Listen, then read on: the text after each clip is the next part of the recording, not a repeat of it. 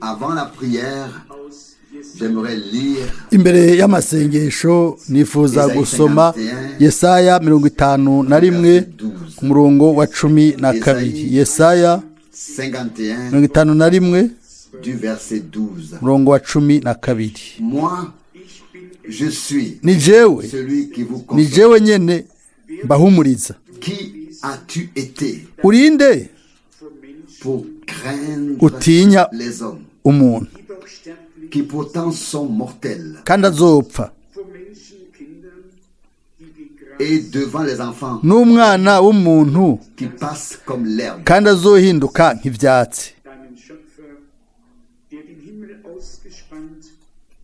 et que tu as oublié le Seigneur ukibagira uhoraho umuremyi wawe ari we yagaranzuye amajuru et que agashiraho amatanguriro y'isi, tremblais sans cesse jour après jour maze ukiriza umunsi utinya uburake bw'uhahaza iyo yiteguye guhonya, n'uburake bw'uhahaza buri hehe, la fureur de l'oppresseur none uburake bw'uhahaza buri hehe. Murongo wa 14. a été mis en prison sera libéré. abafashwe mpiri Il ne bakambukanwa pour descendre bazorekugwa vuba, ntibazopfa ngo baje muri rwagobo. Amen. il ne manquera pas le pain quotidien kandi ibyo kurya byabo ntibizobura. ton Dieu. 15.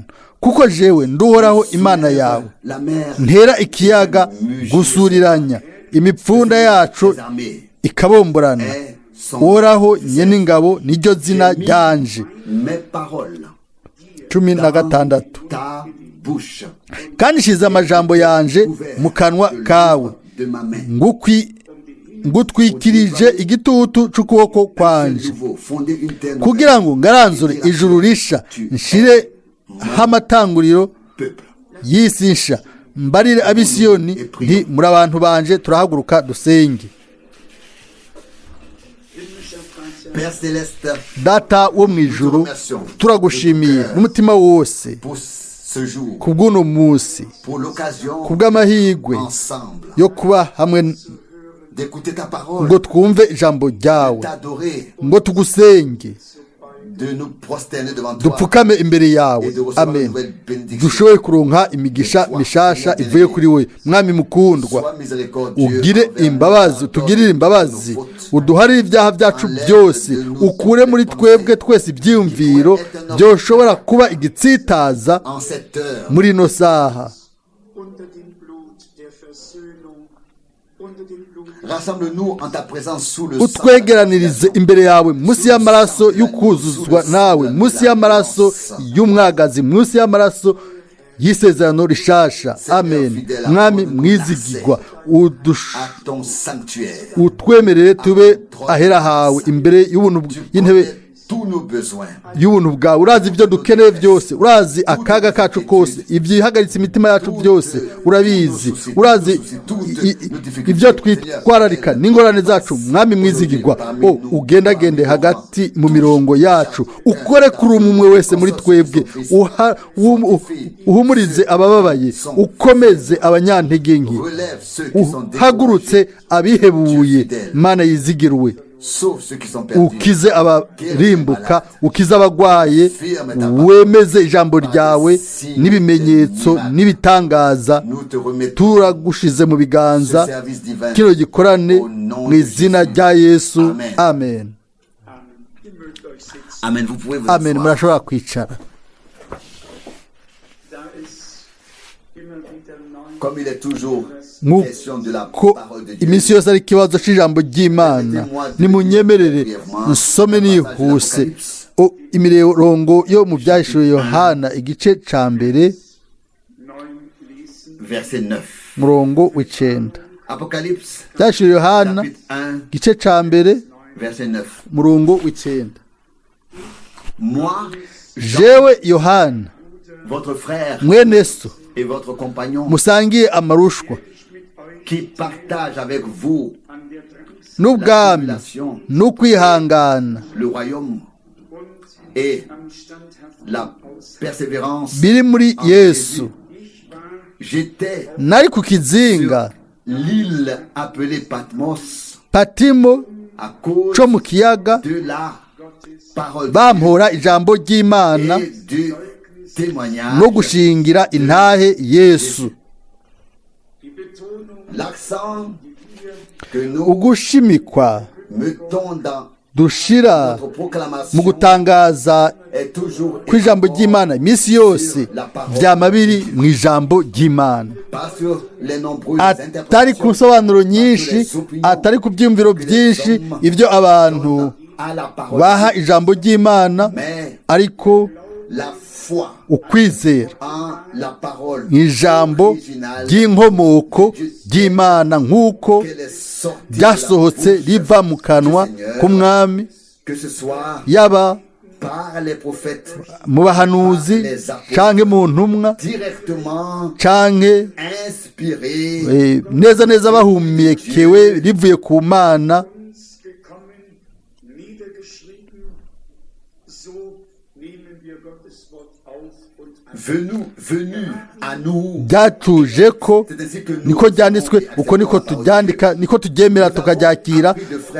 Twarize biciye kuri mwene data Branham ko Imana ariyo yisobanura. Ijambo ry'Imana ntirikeneye gusobanurwa, Imana icunga ijambo ryayo kugira ngo irisoze iyo igihe et le temps n'isaha sont venus. bishitse. Il en va de Ni même nako pour bimeze ce que frère ku Branham byo mwene data Branham yavuze byose et qui peut être bishobora difficile kandi à comprendre. kuba ibigoye gutahura. Nous l'admettons Turavyemera sincérité. mu mutima wuzuye ukuri, ariko ni neza neza uko Petero yandika mu cete ciwe igihe yisunga Pawulo Dans la deuxième épître mu cete ca kabiri ca Petero mu kigabane ca gatatu au verset 14 il est ku écrit murongo wa ici, 14 haranditse hano, nico gituma abo nkunda kuko mureretse ivyo appliquez-vous mukwiye à être kugira trouvé sans umwete wo kuzosangwa mu mahoro, devant lui mutagira ikirabagu, en la paix. mutari kumugayo imbere yiwe. 15 mwiyumvire yuko kwihangana k'umwami wacu aragakiza, Comme notre bien-aimé frère nk'uko mwene data akundwa Pawulo yabandikiye, selon la uko ubwenge yahawe qui lui a bungana. été donné. Verset 16. Bungana Il en est 16 ainsi yagenjeje atyo mu byete vyiwe vyose. où lorsqu'il Aho yavuze aborde ivyo, ces questions, il y a des muri vyo choses harimwo bimwe bimwe bigoye itahura, que les ibyo abatungu badakomeye bagoreka et les instables tordent pour leur propre nk'uko perdition, bagira ibyanditswe bindi aussi avec le reste. bakihamagarira guhona. Il n'y a donc rien de nouveau Rero nta gishasha kiriho sous le munsi soleil. y'izuba. Déjà autrefois, Uhereye kera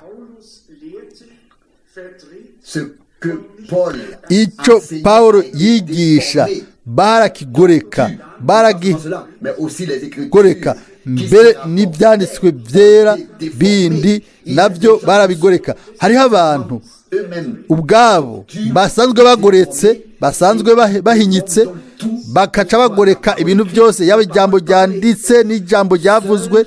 Ni gusa qui ont reçu la grâce abarose de Dieu, hawe ubuntu n'Imana respect de sa n'ukubaha ijambo ry'Imana, nibo commentaire, batagira ico babinegura n'ico babivugako. d'opinion Si personnelle, ivyiyumviro vyabo bazana, accepte la ariko parole de Dieu telle bemera ijambo ry'Imana nk'uko barihawe.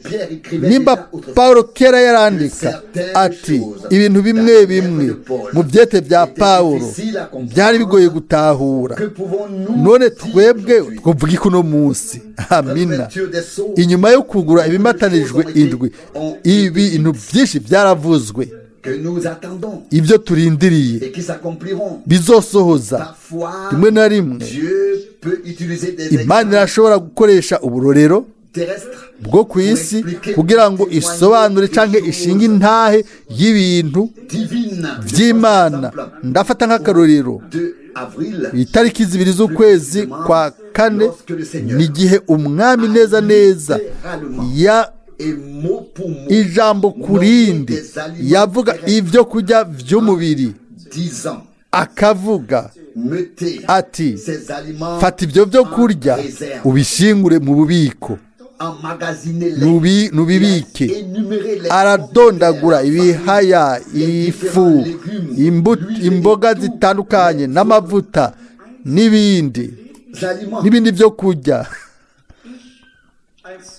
Moi, en tant qu'Eval Frank, jewe nka Ewald de Frank pu entendre que ce qui a été dit. Je nashoboye kumva icyavuzwe. Ninde yongirira umwikomo Effectivement, ko neza neza naciye mbika ibyo bintu stocker toutes ces choses byose en nkabishingura grande ari byinshi cyane. Twarujuje inzu yo munsi ibyo byo kurya kuko byari byavuzwe kimwe ku kindi. Hanyuma rero tariki 13 z'ukwezi kwa 14 ncamba ndi imbere ya mwene data Branham arambwira ati watahuye nabi que le Seigneur, ico umwami. mais j'avais compris Oh, à 100% ariko je nayo numvise 100% ibyo umwami yari yavuze.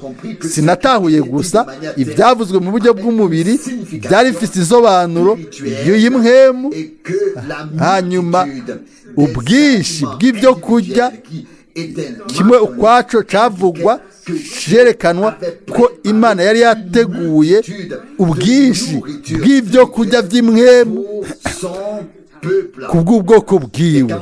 Igero mwene data Branham yavuga Il ne s'agit pas de nourriture terrestre, ati si ibyo kurya by'umubiri mais de ariko ni ijambo ryahishuwe ry'Imana ce temps-ci. ku bwa kino gihe.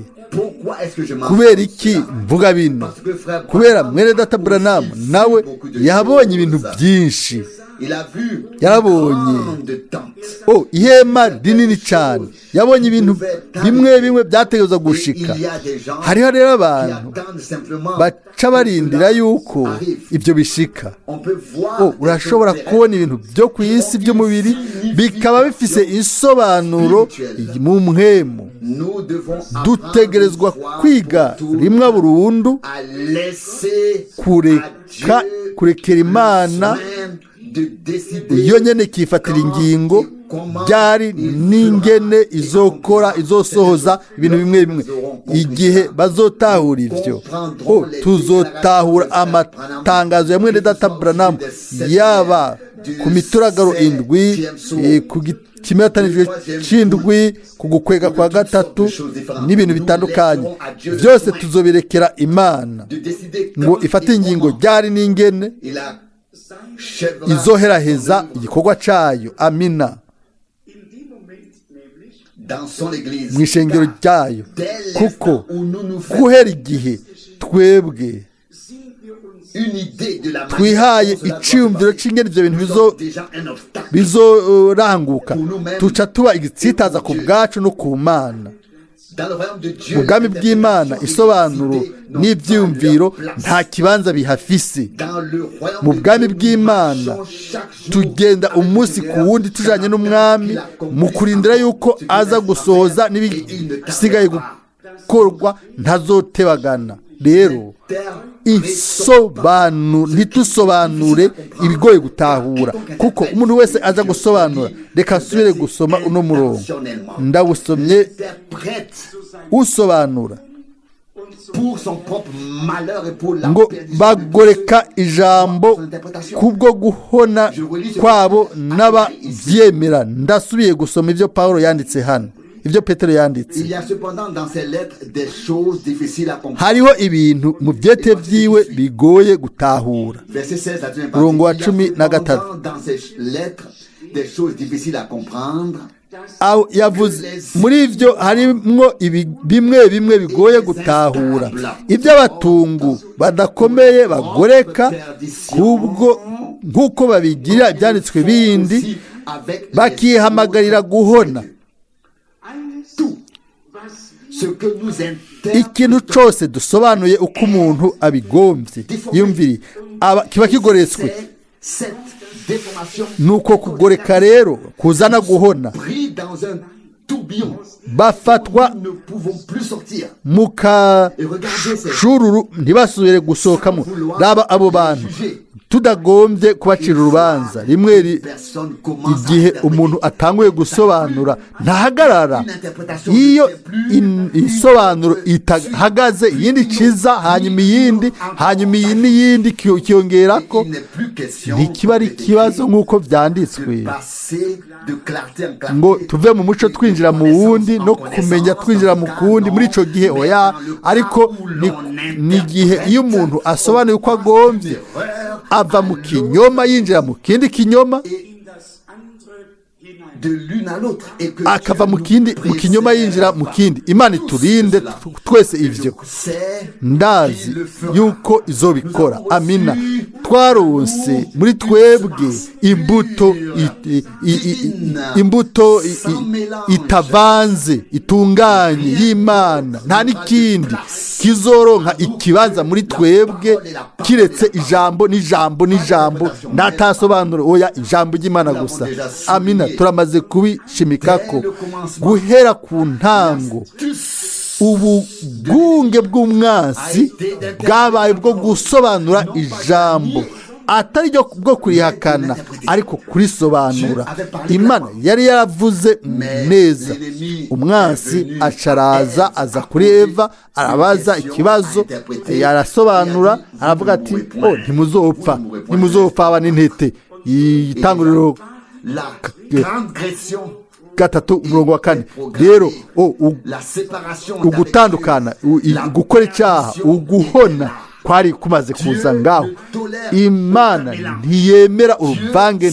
na rumwe ntiyihanganira iratandukanya igihe yahitamo Israeli nk'ubwoko bwayo yaravuze ati ni mwebwe abo natandukanije n'abayandi moko yose ngo mbagire ubwoko bwanje gusubira mu byagezwe gatandatu nicyo gituma yiswe imana ya Israeli aravuga ati ntimwivange n'ayandi moko ntimwivange n'abamori n'abari kumwe nabo muzombera ubwoko bwejejwe ubwoko bushyizwe ku ruhande ubwoko bwera gusubira mu byagezwe indwi gatandatu ntibari bafise uburenganzira bwo kuja mu minsi mikuru n'ibyo abandi bakora bari bagenewe intumbero idasanzwe yiharije ni nako bimeze ku bw'ishengero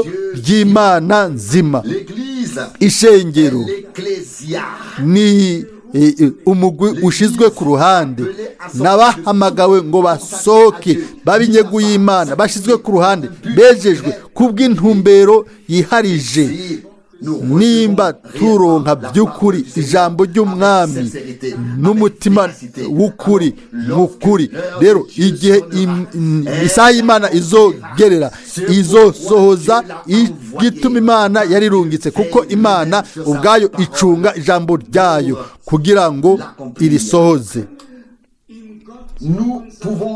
turashobora kuruhukira mu mana no ku ijambo ryayo tugahagarika uguhungabana kose tukiruhukira mu mana singomba kuvuga yuko ngaho oye ngo singomba kuvuga yuko tusha tujyama oya ndagomba kuvuga ngaho yuko dushobora gushika mu kwemezwa ku kwizera kw'intakuka mu mana kumenya yuko iki ari ijambo ryera ry'imana aleluya ngo ngaya amasezerano ayo yatanze tukayakira mu kwizera mu mitima yacu tukayakira mu mitima tukamenya ko umwami adashobora kudutetereza atazigera atumaramaza uwatanze amasezerano ni uwo kwizigirwa azoyasohoza mu gihe cyayo ku ruhande rwanje mfitse amashimwe ku mwami si ibyo nari mbereye mu by'ukuri ni umuhamagaro w'imana nicyo gituma imana ubwayo icunga uwo muhamagaro kuko abantu bose barangana, nta muntu n'umwe yoba atandukanye na mugenzi we. Umutima wacu iminsi yose wama uri mu makosa. Muri Yeremiya 17:9 ngo umutima w'umuntu nuko ni kumeze. Mbega umwami avuga iki aciye kuri Pawulo mu Baheburayo ngo ariko ntibamenye inzira z'Imana. Iminsi yose barazimiye mu mitima yabo, barazimiye mu mitima yabo. Abaheburayo 3:10 hacaza undi murongo ngo nzobaha umutima musha, nzoshira muri mwebwe impwemu nsha. Ezekiel 36:7. Aho rero ugu zimira bica bihagarara, tuca tuva mu nzira y'ibinyoma tugaca dufata inzira yaciwe, inzira igororotse, tugakurikira umwami. Amina. Tutacumviriza amajwi y'iburyo n'ibumoso, ariko gusa ijwi rya wa wundi agendera hagati y'ibiterekwa ko indwi by'amatara by'izahabu. Byashowe Yohana wa mbere 13. Turazi ko yavuze mu buryo butomoye nk'uko tumaze kubivuga. Nimba hari ibintu bimeze nk'ibigoye gutahura, turabirekera Imana, ntitubiha isobanuro cy'umuntu. Igihe isaha izoshikira ibyo bizosohoza. Yohana yaterewe mu kizinga ca Patimo, yaragiye mu buruhuko.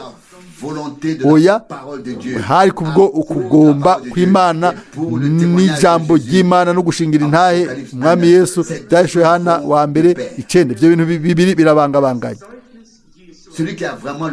By'ukuri ufise intahe umwami Yesu, reka ndabasomere mu byashowe Yohana 19 kugira ngo mumenye icyo ari cyo intahe y'umwami Yesu. Byashowe Yohana 19 umurongo w'icenda na 10.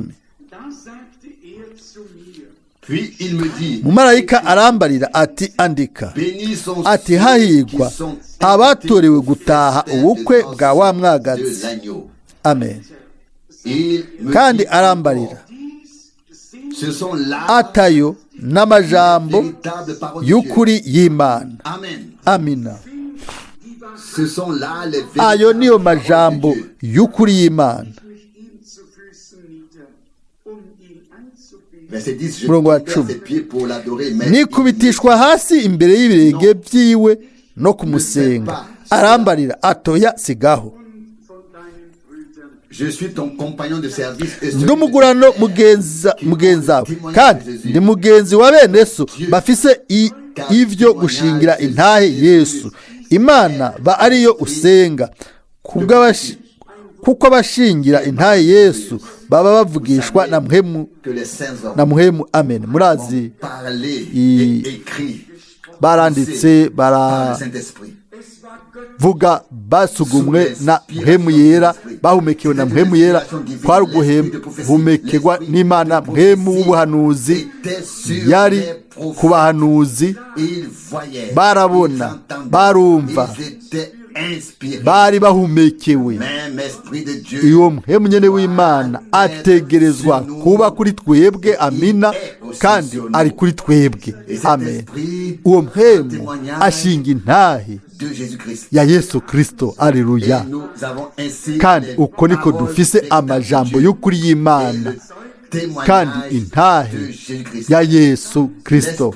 Muhemu w'ubuhanuzi aturongorera mu buhanuzi bwa Bibiliya, aduhishurira nk'uko tubizi, na cyane cyane mu bukozi bwa mwene data Branham, icari kinyegejwe uhereye mu binjana byarahishuwe. Nico gituma havugwa mu cete cyose carungitswe ngo ufise amatwi yo kumva niyumve ico muhemu abwira amashengero. Muhemu utilisé la bouche d'un homme yakoresheje akanwa k'umuntu kugira ngo avuge. murazi neza que Dieu a toujours iminsi yose imana yahamye ikeneye umuntu kugira ngo itange ubutumwa. il avait yari afise abahanuzi, yari afise n'intumwa. mais c'est pourquoi nicyo il est gituma vraiment by'ukuri nécessaire bikenewe de faire attention kugaba, à ne rien ajouter, ntihagire icyo à ne twongera rien ko, répéter, ntihagire icyo dusobanura k'imuntu. en ndabisubiyemo insistant. Toute interprétation, nshimitse, isobanuro k'imuntu yose la perdition. itwara mu guhona. C'est ce que nous avons lu. nibyo C'est ce twasomye, qu'a écrit Pierre nico en petero référence yanditse yisunga ibyete bya pawulo. dans lesquelles certaines choses muri byo harimo ibigoye gutahura. petero wa kabiri gatatu 16. niko bimeze uno munsi. ni bande uno munsi bagoreka bahinyika isobanuro? si babandi b'abatungu batazi iby'imana, bibaza biyemera ngo bazi byose, ngo bazi byose neza gusumba abandi. Pawulo arandika ngo ntitugomba kurengana intahe y'ibyanditswe byera, Abikorino ba mbere 4:6. birahambaye yuko tubyibuka. isobanuro k'imuntu zirongorera mu guhona. Imana ibiturinde. petero arabandanya hano muri petero 2:17. bakundwa, ko muzi ibyo mube mugavye kugira ngo ntimukurikire inzira y'abazimiye, ngo ntimutwagwe n'ubuzimire bw'abatirinda mugata ugushikama kwanyu. petero wa 2:17. iyo nibajije ku bintu byose bivugwa, ibyo byose bakabyitirira mwene data Branham, birantera isoni. ndibaza ibyo ni gute byashoboye gushika mu kanya gatoyi nkako. ni ukubera iminsi ya nyuma satani yagerageje gusambura igikorwa cy'Imana. azokora ibintu byose bishoboka kugira ngo atiture ubutumwa bw'Imana imbere y'abantu, ariko ntazobishikako. Imana yahishuye ijambo ryayo, kandi abo bose bagenewe kumva ubutumwa bw'Imana burongorotse butavanze, bazobwumva, bazogumya ijambo mu mutima utanduye kandi mwiza. ntibazorisobanura kimuntu, ntibazorigoreka, bazokwizera. amina. bazorigumya mu mitima yabo mu kurindira gukomeye yuko ibyo bishika vuba vuba. rero abantu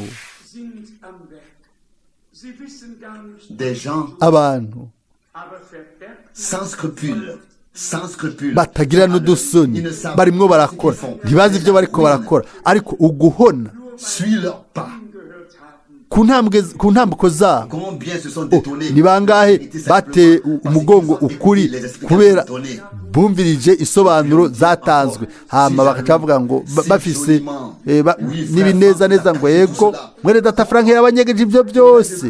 ni gute jewe noshobora kubanyegeza icyo ari cyo cyose, mu gihe nasobanuye ubutumwa bwiza bwose mukaba mubufise imbere mu maboko yanyu? nimusubire musome ibyavuzwe mu butumwa bwiza. mbega birumvikana. ni gute jewe umuntu yasobanuye ubutumwa bwiza bwose ngo ndabubashikirize, ndabubashire mu biganza, ndabahe ibyo kurya by'imwemu, nta na kimwe nanyegeje. igihe ushaka nakoze ibintu byinshi, akazi kenshi mu gusobanura ubwo butumwa. hanyuma umuntu aca abona urukurikirane bw'ubwo butumwa imbere yiwe, azobona yiyumvire akanya, yiyumvire umwanya byoba byaratwaye kugira ngo dusobanure ubwo butumwa bwiza bwose. hanyuma icyo ni ikintu cya mbere, kubusobanura, hanyuma no gusubira kubusoma no kubukosora. nta muntu yokwibaza ibyo.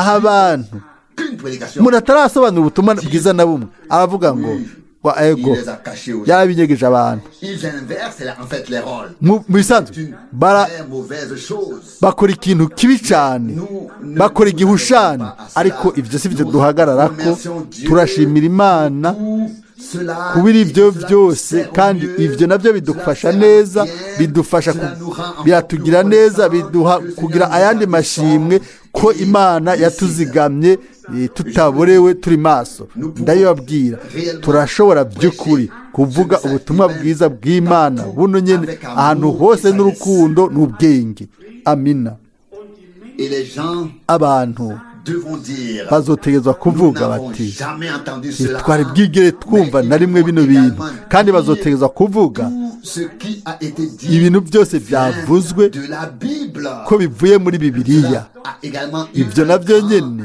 impact. byagize icyo bikora kinini cyane hariya intero umugabo yarongeye ko ngo ngomba gusubira kumviriza ayo makasete Plusieurs fois n'amavidewo inshuro nyinshi kugira ngo usubire gusoma imirongo ya bibiliya iyo wasomye pour me convaincre. kugira ngo niyemeze kugira ngo ninjire mu bwina La question ikibazo göttlichen Botschaft nicht.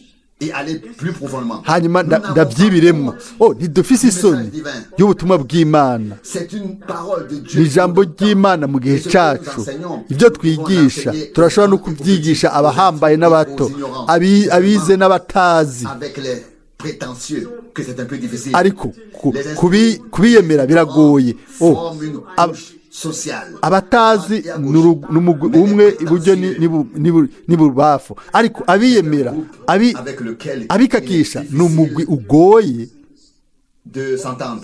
kumvikana nawe imana Pas s'adresser ntishobora à de telles personnes. kubwira abantu Le nk'abo genre de pharisiens. abo bafarisayo bazi byose neza gusumba abandi bose baba bazi mbere n'iyo umuntu ataravuga icyo ari cyo cyose Ils ne savent ariko qu'ils ne savent ku mpera nta na kimwe bazi kumenya kwacu no gutahura kwacu enveloppés de ténèbres. Ku- À moins que la main de son esprit kuba kuri mu mwiza kiretse ikiganza ciwe kidutwikiriye si twebwe rero ni umwami niwe akora mu bintu byose nicyo gituma niwe wenyine duha ubwiza hariho kandi rimwe cyangwa amajambo abiri nagomba gusoma ahambaye cyane kuri jewe naho tuyizi twese Timoteyo wa kabiri igice cya kane ijambo kuri jewe risobanura byose kuko aya majambo nayabwiwe mu buryo butumbereye kiriya gihe Timoteyo wa kabiri igice cya kane umurongo wa mbere ndakwihanikiriza mu nyonga z'Imana no mu za Kristo Yesu azocira ku iteka abazoba bakiriho n'abazoba bapfuye kandi no kubwo kuzoboneka kwiwe n'ubwami bwiwe kabiri uvuge ijambo ry'Imana uhore ugavye mu gihe gikwiriye no mu kidakwiriye uhane wihanize uhanure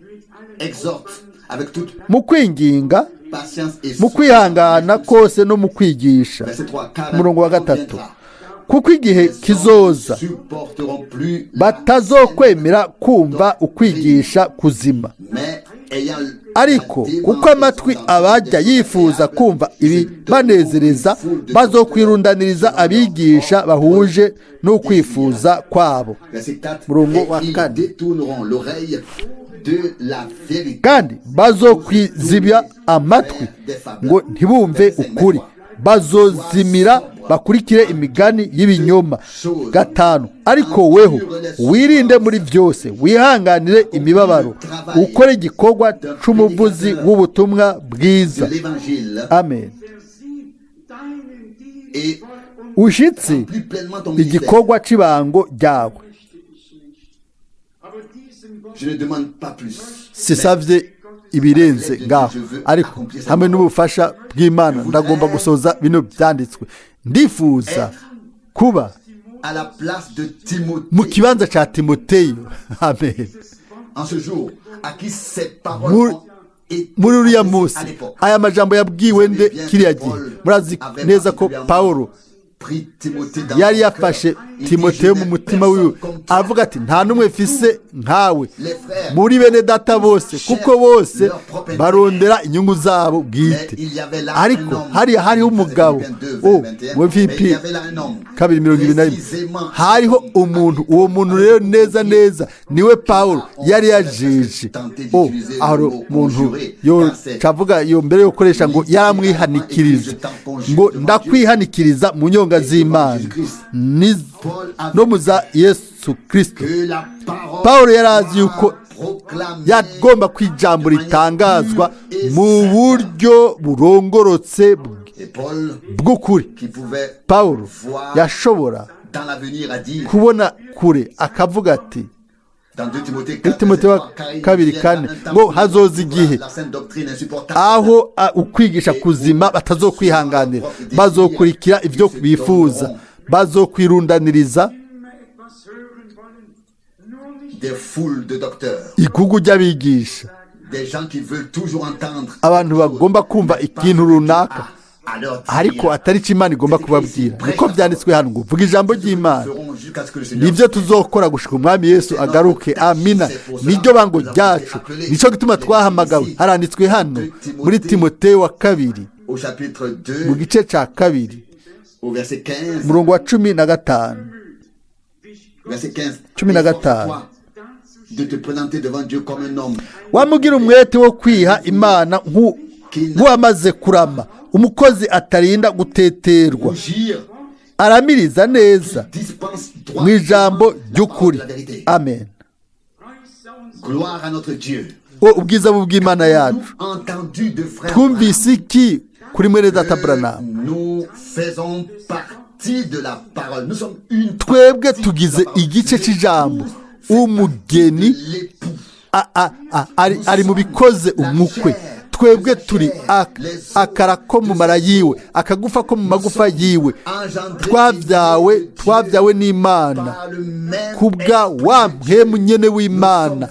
Turi abahungu n'abakobwa b'Imana. Aleluya. Yohana arandika ngo ico tuzoba ntikira hishugwa. Aleluya. Ariko igihe ico nicagaragara tuzogaragara dusa nawe. Aleluya. Amina.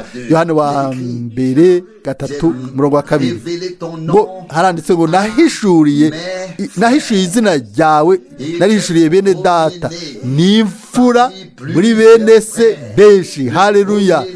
n'imfura mu bapfuye.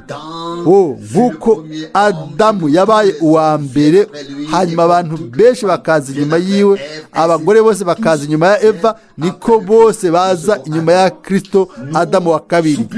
Turahuzagizwa kandi muri uno mubiri turababazwa, ariko igihe isaha izogerera umwami akazogarukira n'inzamba n'ijwi ry'umumarayika mukuru, abapfuye muri Kristo bakazozuka. Aho naho tuzohindurwa. Haleluya. Tuzozamurwa twese hamwe kugira ngo tujye guhura n'umwami wacu umukundwa. Haleluya. Abitesalonike ba mbere 4:17. Ni muri ayo majambo hano rero muri Timoteyo wa mbere 4 Pawulo yarazi yuko ibyo bizoherekezwa n'imibabaro.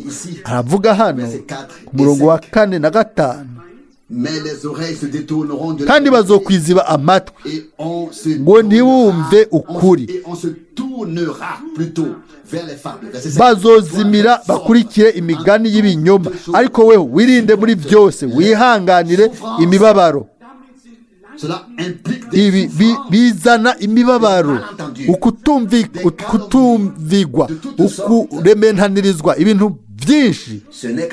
Ni kumera gusa que l'évêque a fini par parler franchement et a dit, niho frère Franck, si tu avais lu les lettres, eveke yavuze ati mwene data Frank, yaba warasomye amakete nari naronse, womenya ingene nishize mu mutekano muke igihe nagutegurira ibikorane wewe. Ariko Imana yabigombye gutyo, byose yarabinesheje. Yarazi mu mutima wiwe yuko yari Imana yarongora les choses. ibintu Et il a dit, ou yaravuze plutôt l'autre, uwundi nawe yaravuze qui se tenait à côté, yari iruhande yari umutoza kori yizera yari amaze imyaka 12 yizeye igihe nari hariya yari iruhande yarumviriza mu buryo buciye bugufi adusezera ku aeroport aravuga buno nyene ati mwene data yaba ibintu bitavuye ku Mana yaba ibino bintu bitavuye ku Mana Satani ntiyo bigwanije ariko kubera biva ku Mana abigwanya n'inkomezi ziwe zose gutyo rero twese hamwe twaciye dushimira umwami amen undi acaraza arambwira ngo ndakora mu kice mushinga ntaye franga wowe unyibuka ati oya arambwira ati ego hareze imyaka 12 nari umushoferi wawe nije nagutwaye hariya twararose ibikorane uwo mushoferi yaciye awizera acarashimira umwami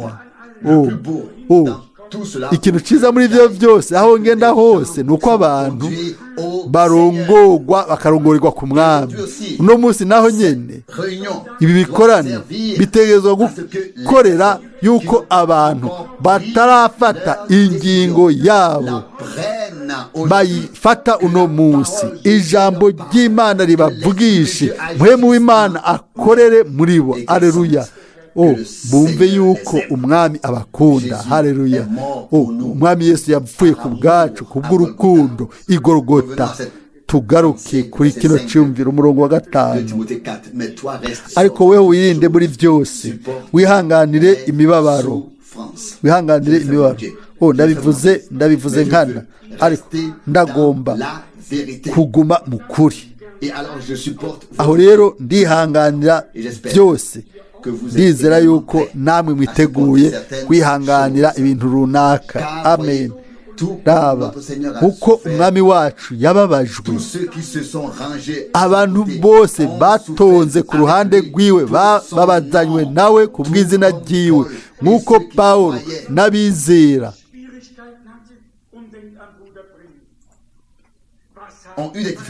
bagize ibibazo mwibaze kuri mwene data Branham mbega yihanganiye ibiki we n'abamwizera kubera bamenye yuko yari umuntu w'Imana ni nako bimeze uno munsi si jewe gusa ntangaza ijambo mwebwe mwese mwizera ijambo ry'ukuri ry'Imana namwe muzoronka ukubabazwa ariko haranditswe ahantu runaka ngo nitwababazanywa nawe tuzoganzanya nawe amina haleluya Abaroma 8:17 rero mwe mwiteguye kubw'urukundo rwa Yesu kubw'urukundo rw'ijambo kubw'urukundo rw'ukuri kwihanganira byose ni gusa nitwashika ku ntumbero Imana izoca inzira Yohana yari yatawe mu kiziga ca Patimo kubw'ijambo ry'Imana byose yarabihishuriye mwene data Branham yarungitswe kubwo ijambo ry'Imana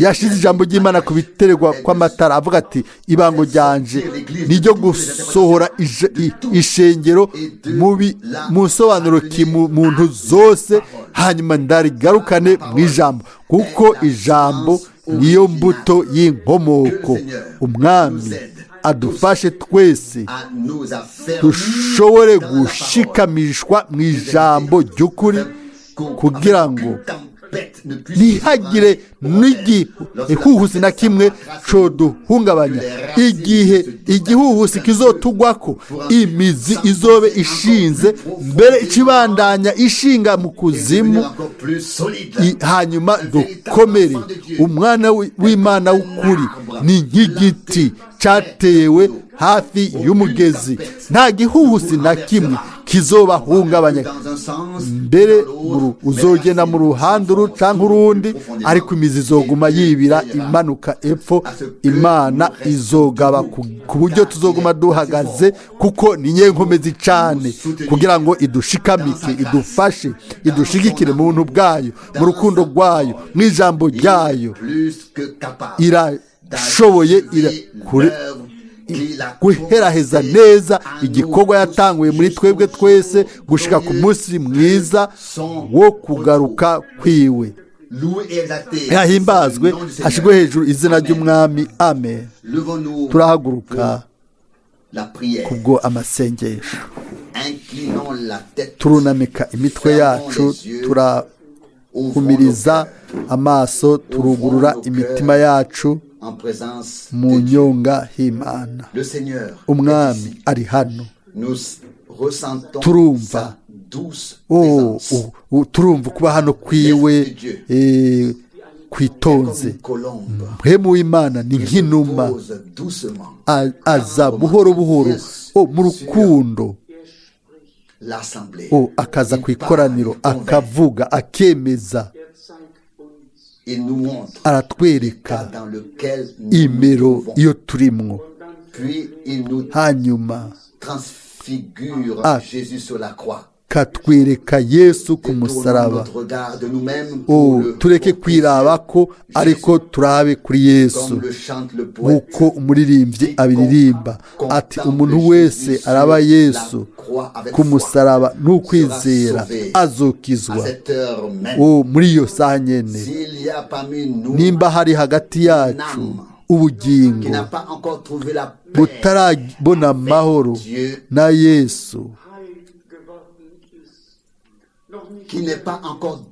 butarakira mu buryo bw'imbere, butarakizwa, we mutima mukundwa, muri kino gihe nyene, muri iyi saha, umwami araguhamagaye.